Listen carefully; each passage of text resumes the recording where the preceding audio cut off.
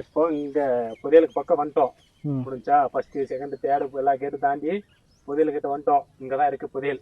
ஜப்பான்காரன் என்னென்னமோ கண்டுபிடிக்கிறா, நான் எதை கண்டுபிடிச்சிட்டு வந்துக்குது பாரு.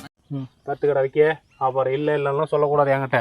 பாத்துக்கியா இப்போ நாங்கள் இங்க இருக்கோம். அங்கதான் புதையலே இருக்கு. புதையல கையில வச்சிருக்கேன். அட பொம்மால மணிவேல் இங்க வாயா, ஒரு ஐடியா. போலாம் போங்க. என்ன பண்ண போறேன், பசிக்குது சாப்பிடலான்னு சொல்றேன். இப்போ பிரெட் சாப்பிடும்போது அவன் வச்சு உட்காந்து சாப்பிட்டுட்டு இருப்பான். இப்போ தூக்கிறேன். 3 idiots. இதெல்லாம் உங்க அறிவுக்கு ரொம்ப அதிகம். தயவு செஞ்சு வீட்டுக்கு கிளம்புங்க. தெரியுமா ஒப்பானே அறை ராஜாங்க ரெஸ்ட் எடுக்கிற இடம். அதெல்லாம் இடிஞ்சிருச்சு. இடிஞ்சு ஒன்று இருக்கு பாரு. அது இந்தாட்ட ராஜா, இந்த பக்கம் ராணி.